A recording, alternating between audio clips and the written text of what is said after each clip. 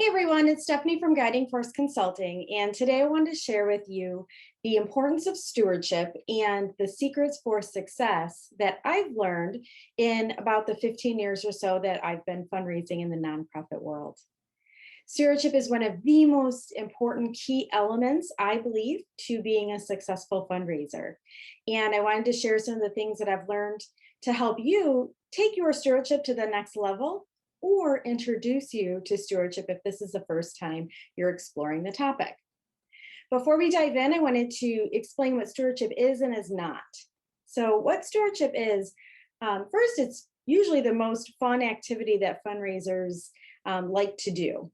It's the opportunity to connect with your donors and supporters in a way that you are showing your appreciation. You're saying thank you. You're recognizing them for all they've done for your organization. And you're staying in touch with them throughout the year. What it is not is an opportunity to ask for more funds. So I would highly encourage anytime you do stewardship activities to keep them completely separate from your fundraising appeals and fundraising activities. The reason why is pretty simple. Anytime you receive a generous gift from somebody, you certainly wouldn't want to say, "Thanks for your great gift. We really appreciate it. Can you give us more?" Obviously, nobody is going to be out there saying those words, but when you attach fundraising under your stewardship, it's gently implied. So make sure you keep those activities separate, and it's going to help you become a better fundraiser in the long run. So, my very first tip is to create a year-long plan. One of the best things to do is take a calendar, sort it out by 12 months, and write down one thing you're going to do in every single month to steward your donors. These can be activities that you're already doing. You don't necessarily have to recreate the wheel or create a ton of extra work, but incorporating things into a calendar just ensures that they don't fall off your radar. At the end of the day, as long as you do something every single month that is intentional to connect with your donors, they will realize and connect with you in that way. My second tip is to segment your list. You'll hear me talking about that ad nauseum. And I say that because it's just so important. I think it's one of the fundamental pieces of working with your donor base.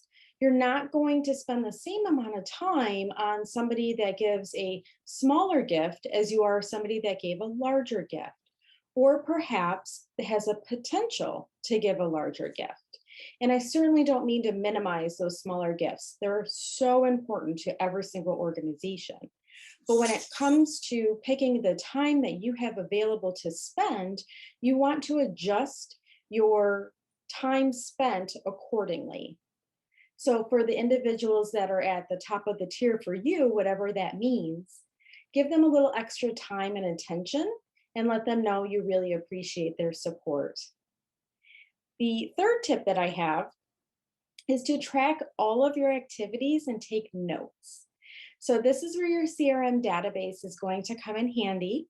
But I will tell you, back in the day when I did the walk fundraising, I actually had a 3-ring binder. It was this book. I was known as the binder lady.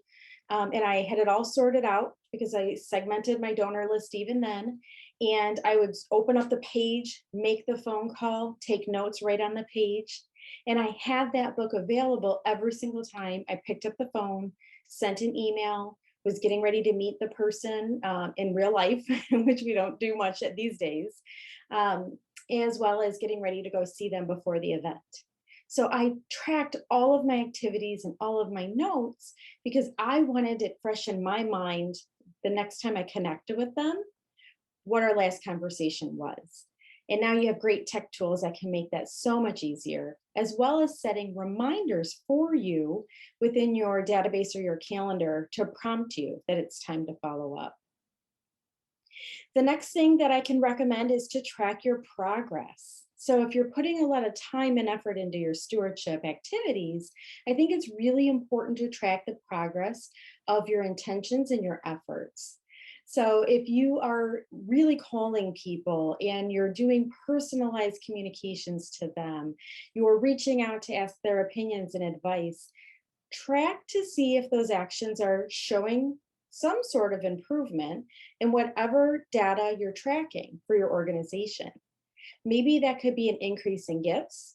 It could be the number of gifts. It can be an increase in your retention rates. It can be more people showing up to your events and activities. There's lots of ways to track that information. It's not a one size fits all for every organization by any means, but it is important to make sure the things that you are doing are working.